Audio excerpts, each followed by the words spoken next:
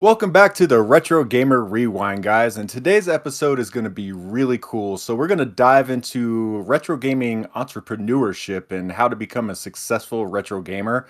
And on top of that, we're going to be talking about the up and coming Atari 7800 Plus system, plus a lot of the other miniature systems that are out there, and whether they're good for retro gaming or bad for retro gaming, and everything that comes with them. So, without further ado, I'd like to introduce Moby and Leland, the hosts of the show. And then also, we have Marvin Droogsma, which is a retro gaming entrepreneur from Europe. He owns several different businesses, and we'll be hearing from him a little later in the show about his business ventures. Also, we have special guest LigtWeezer that's prepared a funny ass comedy sketch for us. And as always, at the end of the show, Soundwave is going to send us off with our musical guest for the night, which tonight is going to be Nebulous. If you like that 80s synth type music, man, this is the guy for you.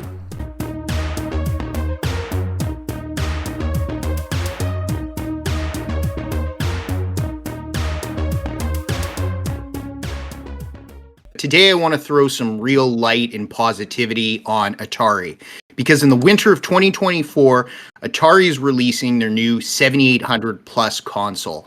And I got to be honest, guys, there's so much that I like about this in a gaming age that personally offends and annoys me, that's filled with always online, signing up for different client services, microtransactions. And instead, this console, which is only going to retail for $129.99 US to start, comes with the ability to play both original and third-party Atari 7800 and 2600 games. So it's fully backwards compatible. As well, it comes with, of course, modern HDMI hookups. It has a new CX78 Plus wireless gamepad controller that is an authentic recreation of the original controller. Not only that, it also comes with an adapter that you can plug that into an original Atari 7800 from like the mid-1980s. And that adapter will allow you to use the gamepad on the original hardware as well. A slate of new games will be released that are going to cost $29.99, which I find very reasonably priced as well. And this is super important to me. Maybe nobody else cares, but the system is going to come with a packaged game, one game that comes with it, which is Bentley Bear's Crystal Quest. And that's something that's, the first consoles that came out, I guess, in the early 2000s that didn't have a pack-in game. I really miss those, to be honest. And I felt that was a significant drop in value in a console, that you're not getting a game that you can play out of the box. Like, think of Christmas morning, guys. If you're old people like us growing up in the 90s or 80s, you open that console and right away you have a game to play. And they've taken that from us. I just think Atari is just doing something really good because it's reasonably priced. It's fully backwards compatible. It's new games are being made, and I think it would be an awesome way, if you're a Generation X parent showing your kids what real video games were like back in the day. My only criticism of it is that oddly it comes with a USB-C cord, but it doesn't actually come with a power plug. And I'm thinking, like, come on. I mean, I know we all have power plugs lying around, but why not just throw in a power plug so that you don't have to search around a drawer, disconnect your phone or anything like that for it? But anyways, very minor criticism. I think Atari's doing something wonderful with this console that is a backlash against, as I said, microtransactions and always online. And honestly, physical software here, physical, hardware, like a game that once you buy it, you own it, and you're not reliant on having internet access or anything like that. So I think it's a great development, and I'm just wondering what you guys think. So is this like the opportunity for someone like Moby? You're like, you and I, we're of the age where we kind of missed this era of gaming. It's like, is this now our chance to relive that past or live it for the first time in some of our cases, right? Like, we're getting this opportunity. It's kind of similar to Nintendo coming out with the NES remodel or whatever. Then the Super NES thing they came that had the packages of the gaming. It strikes me as being somewhat similar to that. So I agree. I think it sounds really cool.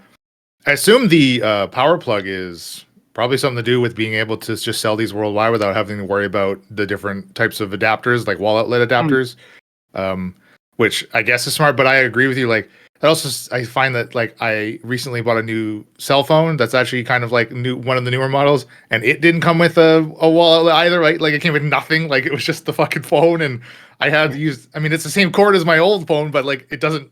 It's still annoying. Like, so I agree with you. But yeah, it sounds cool. Like it sounds like this would be something great for like you or I to pick up and like actually experience some of these, these foundational games for the first time. Yeah, I want to just jump in. Like, I do think it's a one-up on those mini consoles that Nintendo's been doing, it sounds like it. Because they're locked in with the software that they have. They have no ability to play physical media. So I think this is a step up that we needed. To me, it's far superior than what those are, simply because you can go on eBay or whatever, go to flea markets, and you can actually find those old games, and this thing's gonna play it. So yeah, that's what I think the improvement is. I don't know how your little Nintendo fanboyism goes and what Nintendo does with their package things, but you can certainly buy a Sony console that comes with a package game if you want. Like my PS4 was Batman Arkham Knight package with the console. My PS5, I had a God of War Ragnarok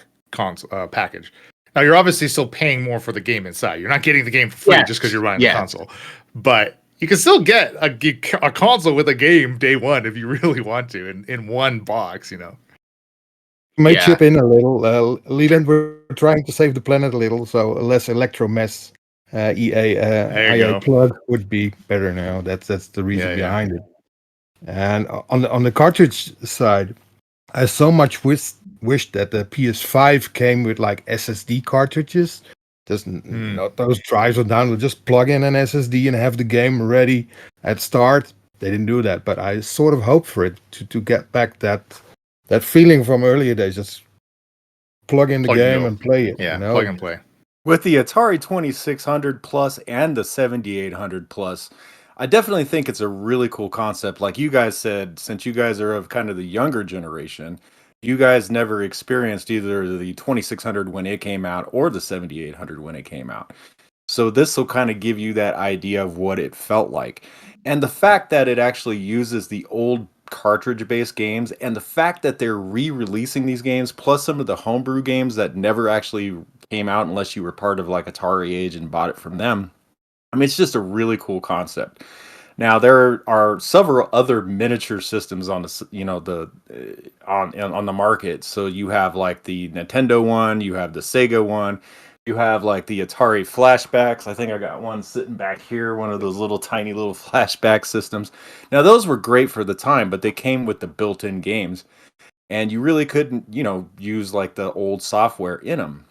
And just being able to have the ability to put like old cartridges in plus the new ones that they're creating, because there's some multi-carts that they're putting out there too. I think there's one with like the sports edition where it has all the sports games on it, and all in one cartridge, which they never had back in the day. So that's pretty cool too.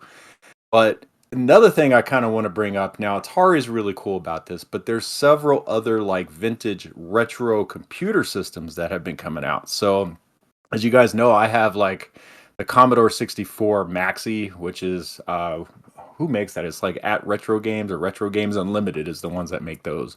They make the Atari 400 Mini now.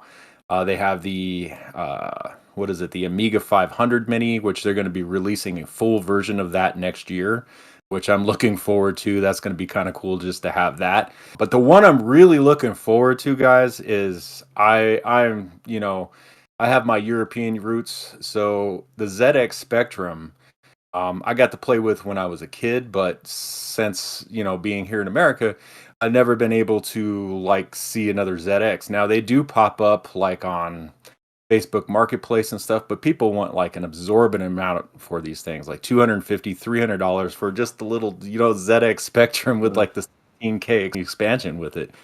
So with them releasing that, it just opens up a whole new world to me, to where I can get this full-size ZX Spectrum that has all the modern stuff like the HDMI, and just loaded up with game ROMs. I mean, just a really, really cool concept, and definitely something I'm looking forward to. So does anybody do you either, I guess Retro and Marvin, do you either you have like investment games for, like are some of these reprints essentially is what these are these going to start affecting a secondary market and like tanking someone maybe holding on to one of these games and their value now? The older games like the Atari 26 and 7800 cartridges are going up in value due to the fact that they can be reused. You see, it's only slightly, but they're more wanted than ever before. You know, you could get like shitloads of these games for free almost, and now they ask real money for it. And those mini systems, I got mixed feelings about. You know, I have my storage full of real Amiga 500s and Spectrums, and Atari 2600. So I have mixed feelings when it comes to that. On the other hand, it opens it up to a new audience probably, and it keeps retro alive. So mixed feelings, but well, I can't do anything about it. But in general, I think it's good. Yeah. I really like the price point on this too. I felt that the mini systems that we've been discussing, particularly from Nintendo, were really a price gouging, measure for what you got, because you were locked into, those 30 or so games, whatever it was, 40, I don't know, but that's all you got. And on like a tiny little, console with one HDMI hookup, this just, I just respect that for $129.99 in these days with inflation and whatnot, for a brand new product that has these features, and with new games, like we're talking like new games that were just developed that come in a box with a color manual and all those things that we love and grew up with. $30 for those? I don't think you can really go wrong. It's a bargain. So yeah, and the quality of those games are, even for the Commodore 64, if you see what's being released, it's amazing. They would have been millionaires 30 years ago if they made a game like that, and now just pay those $30 for it. It's good value. And that's kind of the thing that I look forward to too, is just all the new stuff. Like, for instance, you guys know I have all these Ataris over here, so I really don't need an Atari 2600 Plus or the 7800 Plus. But the peripherals that are coming with them, so they have the new joysticks, they have the wireless joysticks and joypads, just all the cool stuff that they're making for these systems now is just really amazing. I mean, it's like, okay, I've wanted one of those joypads for the 7800 for so long, and that was strictly a European thing. They didn't release it like that here. We had those stupid joysticks that you had to hold in your hand with the two buttons on the sides, and it just was ergonomically just horrible to try to play. And after like a half an hour playing, your hands were cramping up. But the actual joypad is really cool. And then to release it as a wireless joypad, I mean, for under $50, and you can't go wrong there. Yeah. Interesting, like Atari almost seems like they're gaining this mythical status. I mean, I have an Atari t-shirt, and it's the only t-shirt I wear that people will comment when I walk around. They'll be like, oh, Atari. Yeah. I remember when Atari popped up in the movie Blade Runner 2049 in the beginning, they projected an image of it onto a video, and everyone thought that was really cool. And now with these retro systems, I mean, the brand itself, Atari, I just think is really going to pick up some steam here, especially as like the generation younger than us, than Leland and I, the Generation Z, they're the first generation born into a digital world, like a completely digital world, and they crave to have something physical that they can touch, they can plug in, retro stuff from the end of the 20th century. So I think that's going to help Atari hopefully move some of these systems and software as well.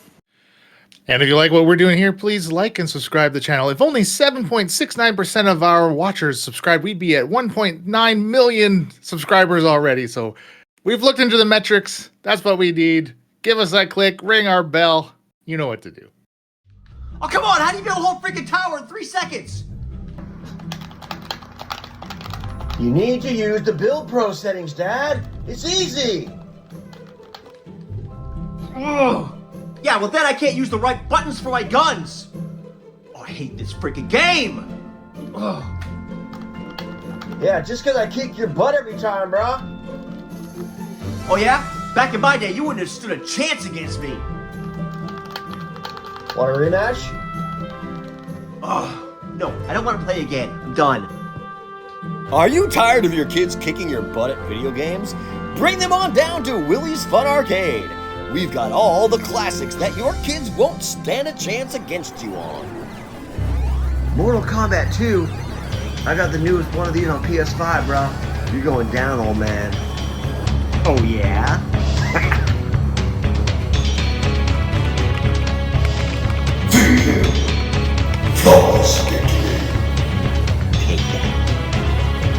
How did you do that?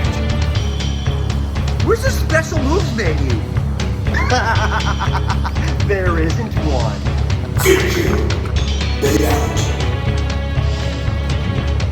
No fair! We've got all the arcade classics like Street Fighter 2, Centipede, and Paperboy, as well as NES classics like TMNT and Ninja Gaiden. These games are impossible! Oh yeah? I beat them all. Willy's!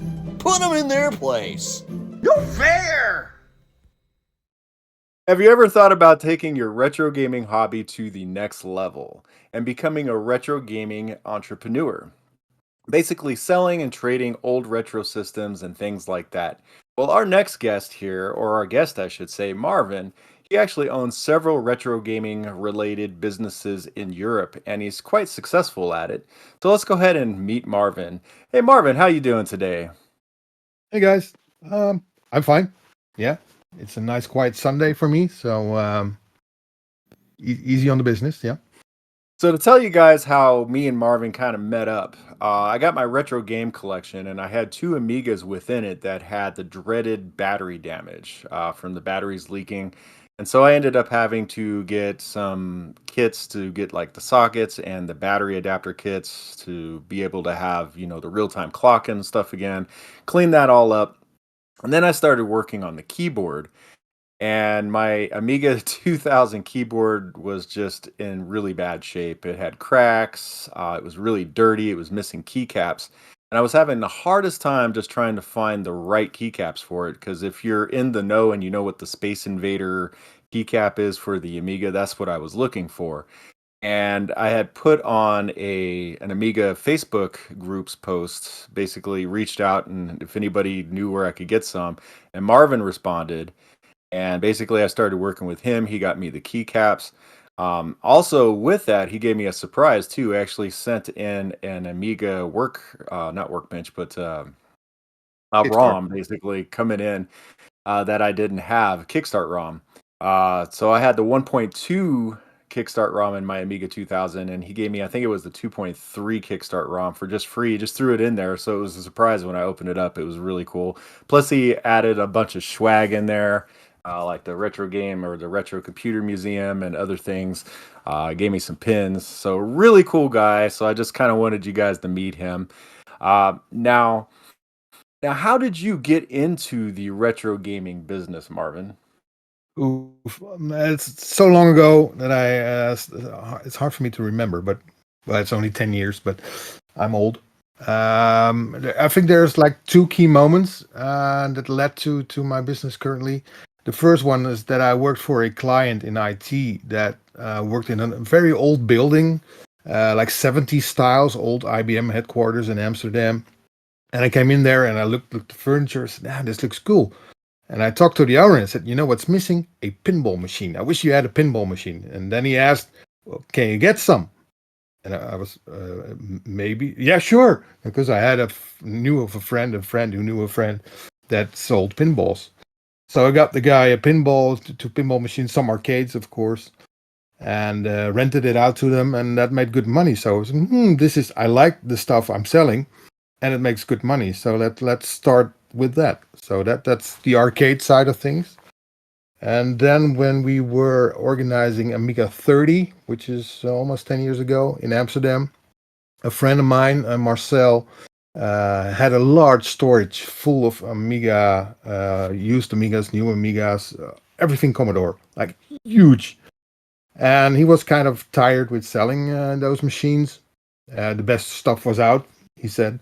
So did I care for taking over the business? Did I want it? I said, yeah, a couple of Amigas, sure, fine, I'll check it out. And I said yes, and I went to his storage, and there was like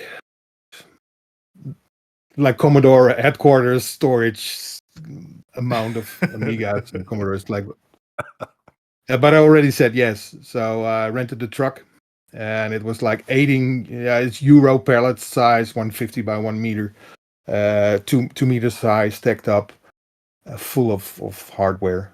And I was kind of scared. What the hell did I do? But I shipped the truck to a place I rented out near home and started selling the stuff. And I didn't need any marketing, just put stuff on Facebook and let people know I had stuff, and it sold like crazy. And at some point, I was through the storage. I was through the stock and started buying new stuff. So people offered me, "Oh, you're selling Commodore? I have some left, and I have some Amiga, some Sinclair. Other brands came in, so it grew bigger and bigger, naturally." And then I got a bigger storage and a bigger storage and a bigger storage. And I'm currently moving to my new storage, which is 550 square meters.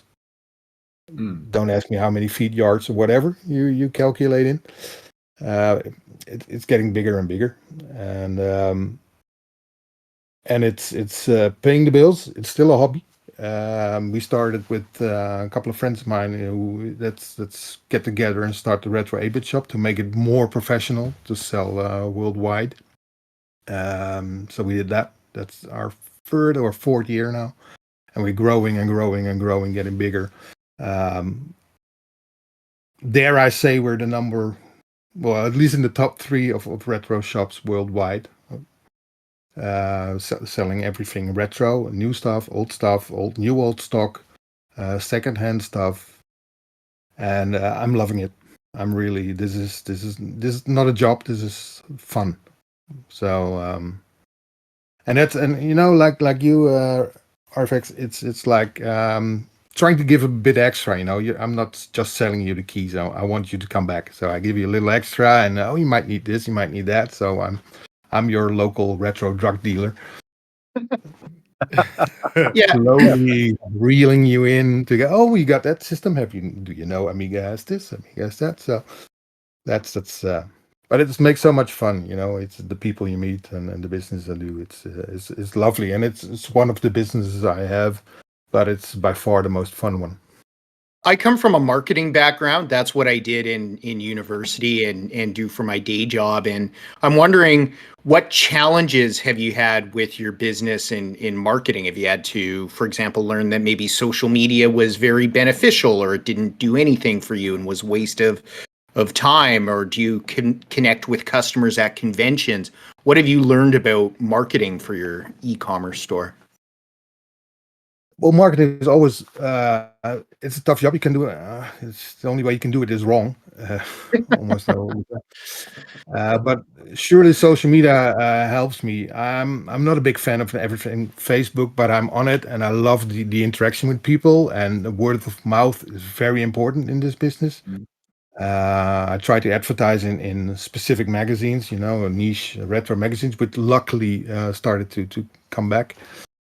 So very targeted marketing, but most of it is word of mouth, showing what you got now and then, going to fairs, going to shows, sponsoring some shows now and then. But the stuff sells itself because it's not like there are 10 retro shops in every country at every corner. No, there's just a couple. So all of them make some good money and have a good market share. So marketing, don't have to put too much money into marketing, luckily. Well, I mean, good for you. I think the fact that you offer a little bit extra, a few little goodies here and there, if you're getting a lot out of word of mouth, giving those goodies creates such a positive impression on someone because it's unexpected. Hopefully that makes them more likely to say, hey, I bought from Retro 8-Bit shop, and not only did I get what I wanted, they gave me this and this. Isn't that cool? Yeah. I'm not just selling stuff I don't know. I do it like, what would I expect from a shop? If I sell something that's broken, send it back. You get a new one or your money back. I treat them as I would have liked to be treated by myself. And it's always fun to get something extra, like a little a cookie. Thank you for accepting our cookies. Yeah, you put something in. Yeah, We're that's selling nice. chewing gum. Like not everything we sell is mint. Little gimmicks, Amiga stocks, and that's yeah.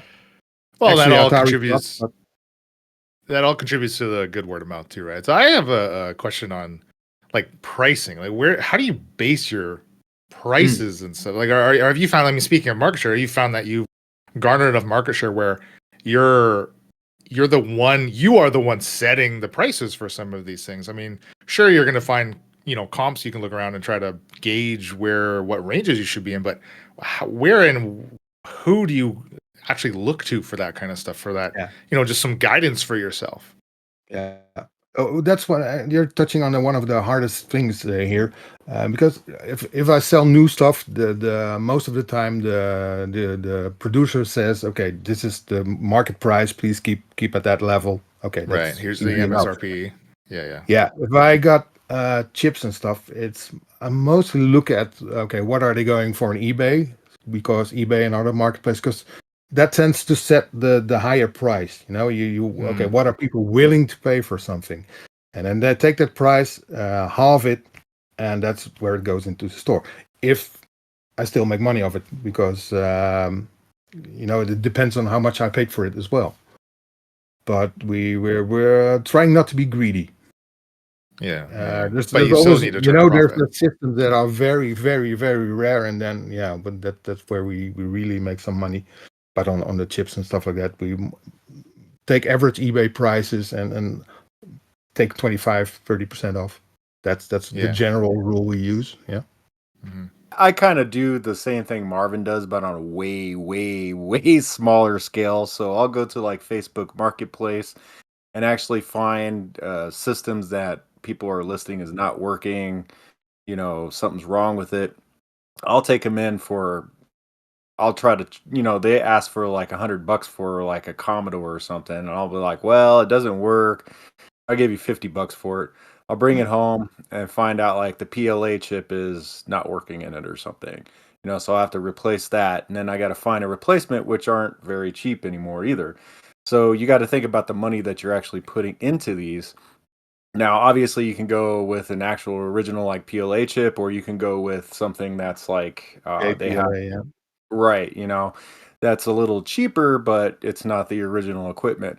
And you got to let people know that when you're selling them this stuff. It's like, well, okay, this does work, but this is what's in it to make it work, So all that kind of comes into effect. But it's definitely a really cool business to get into if you're into this kind of stuff. And bringing your hobby and making it into your career or into your job is actually pretty cool. And me being in the retro gaming thing again for about 3 years again, that's kind of the direction I'm heading as well. I do a lot of that on the side, but definitely really cool to do that. Now, I did want to bring up something else. We do have some clips from Marvin here of some of his not the ones where I tell you shit. Like shit. Right? This is my shit. This is my shit. I look like shit. This is my shit here. You.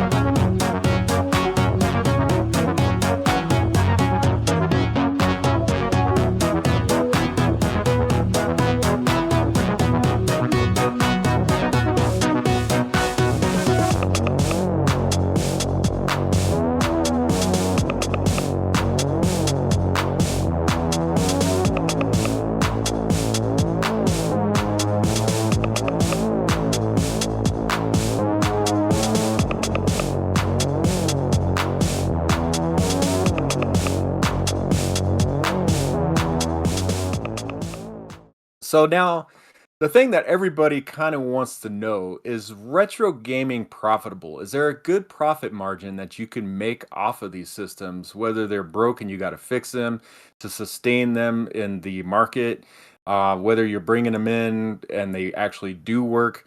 What kind of profit margin do you actually make off of these? Well, that's hard to say because I'm not really doing it for the profit. It's nice, but the profits go straight into arcade machines and pinballs. So I don't see a lot of it. But yes, there is money in it if you do if you do it right. Um, but the way I do it is that I buy like bleep me out here shitloads of systems like in one. You invest a lot of money, get a loads of systems for a good price, and then there's always margin because, as you told, if you buy something for €50, a Commodore 64, but the SID chip is broken, that's another 40 to 50 euros put to sink in there to get a working machine. So normally I pay way less if I buy like 100 of them. So I try to find a collector that has loads of them with spare chips. I got the spare chips from somewhere else. So if you size it up, it can be quite profitable. But if you buy like one or two and then sell one or two, it hardly pays for your hours. So size is really important. Size of the business is really important in this case. But I know of people that have small mom and dad shops with some systems. Okay, works fine. But then you generally see that their prices are quite high. One of the coolest things that I think you've done is actually work with Amiga trade shows and things like that. Kind of tell us what your experience is working in these trade shows and how it is. I love them. I don't do that many. There's you have the Amiga shows in Germany and some in Holland and some in Belgium. But the German one is by far the biggest. It's like Amiga 30. We started Amiga 30 and then we went to California. They did the same there. And then there was Amiga 32 in Germany, 34, etc., etc. And the next year is a big one as well. I love these shows, partly due to the fact that the original creators will be there, people I've never spoken to before that were involved in creating machines, specifically the Amiga or anything Commodore for me. So it's well worth the time. And setting up stuff is always good. You get to talk to people and you get to show off your best stuff, which is always nice. I'm putting up a machine that's being used by NASA, and there's stories coming from people. Oh, I worked for NASA, or I've seen this machine somewhere. So it's always nice to show off your stuff and talk to people. And as long as it's not every month, it's fine. It is a ton of work to be able to get something like that set up. Once or twice a year, come on. Right, exactly. Yeah, I couldn't just imagine make sure you doing can it every month. pack it real good, and then put it on a table. And it's so much fun traveling, like for me, in Europe to meet other Amigans and hear their stories and making friends and getting drunk. It's fun. Getting drunk and talking retro video games sounds like a dream come true to me. So sounds like a good way to spend a night. Yeah. As it wasn't 10 in the morning. Yeah, it's so much fun. Like being at an engineer's house and getting some drinks, and then he opens up the cellar and pulls out some never before seen prototype, and you go, oh wow, yeah, and the stories about that, and that happened to me a couple of times, and it's priceless, priceless. Oh, absolutely. It's very key. I can tell about it on birthdays, parties. Everybody looks at me like, yeah, sure, okay. But the geeks in my, oh wow, you touched that one. Yeah, I touched that machine. Yeah, absolutely. Like the original Amiga, the Lorraine. Have you ever seen that? It's like it's a bunch of wires, but it's like the Amiga prototype, which has its own plane seat to go to the Vegas show, CES. Oh, and that would have been amazing. I got to hold some of the chips, and it's those memories will last forever and cover any price a show takes on me. Yeah. Absolutely. Yeah, I've only seen pictures of the Lorraine, so just to have it in your own hands and be able to see it, that would be amazing to me because It I'm a was, huge you movie only fan. seen it on pictures, and more fun, even funnier was that there was like a dinner at the end where all the engineers were, and I sat nice next to a nice old lady and said, "Hi, I'm Marvin. I'm Lorraine." No way, the machine was named after her Oh, until wow. there was too much swearing about Wow. Lorraine, and then they renamed it. So I sat next to her, and there's Find My Amiga and stuff like that. So The poor woman was getting pricey. cursed out constantly to change Yeah, the yeah, that's it. name. Beep Lorraine. Lorraine broke again. Yeah. Yeah. There's a wire loose on Lorraine. Yeah, we know. Now that kind of brings me to my last question here, Marvin. Now, seeing that you're so into the Commodore scene, have you ever met any of the Commodore people like Jack Tramiel before he passed, or Jay Miner, or say like Bill Hurd, or any of them? Oh, I wish you're naming the three names I wish I'd really have met. Bill is still alive and kicking, so he's high on my list. I've spoken to him a couple of times, and we almost had him in Holland a couple of years ago before COVID hit us, and it would have come. But he's high on my list. And Jack Tramiel, I never met in person, or no, it's all sort of before my time. But I wish I did. But I got to meet the other engineers like Archer Michael, Dave Haney, and so many more. Um, so I have to settle for that. I really wish I was on a picture with Jack Tramiel, but. Yeah, don't we all? I'm telling you. Just an Maybe he's not the amazing nicest story. guy, but who cares? Yeah, it's just an amazing story where he came from, from war-torn Germany and then building the company, and it's just truly an amazing story, a true amazing American accomplishment coming here and just starting up the business and becoming so successful. Yeah, Kind of being a really tough sad guy what in happened. business wise. Yeah. Right. It's sad what happened with the Commodore and then how he ended up at Atari, but at the same time, that just shows you his integrity. He's like, well, if they're gonna screw me over at this business, I'm just gonna go right over to their competitor and do what I Yeah. need to do over here, you know? Yeah. And then he got screwed over by Commodore. Yeah, By yeah, Amiga. exactly. So, yeah. Now there's so many books about Commodore, and there's so many stories still not told. A lot of stories that can be told. Unless you have the engineers are very drunk, you hear the best things. But it's something you can learn from as a business as well. You're in marketing, so you know lots of those stories, and you learn a lot from it. How not to do it, how to do it. Times have changed. Well, I just wanted to thank you once again, Marvin, for joining us here at the show. It's been a pleasure having you on and hearing all your stories and all your experiences with the businesses and everything that you do. And go ahead and let the people out there know where they can find you, where your stores are. Go ahead and plug away, my friend. Plug away. Well, first of all, it's my pleasure to be able to talk to these three legends you are. And well, the shirt says it all. Yeah, not sure. There we go. Perfect. Yeah, right. Retro8bitshop.com. Best Yeah, $10. that's awesome. Yeah, sure, ever. Yeah. So there you can find lots of stuff, and you can find me on Facebook, and just drop me a PM, and I'll be glad to answer.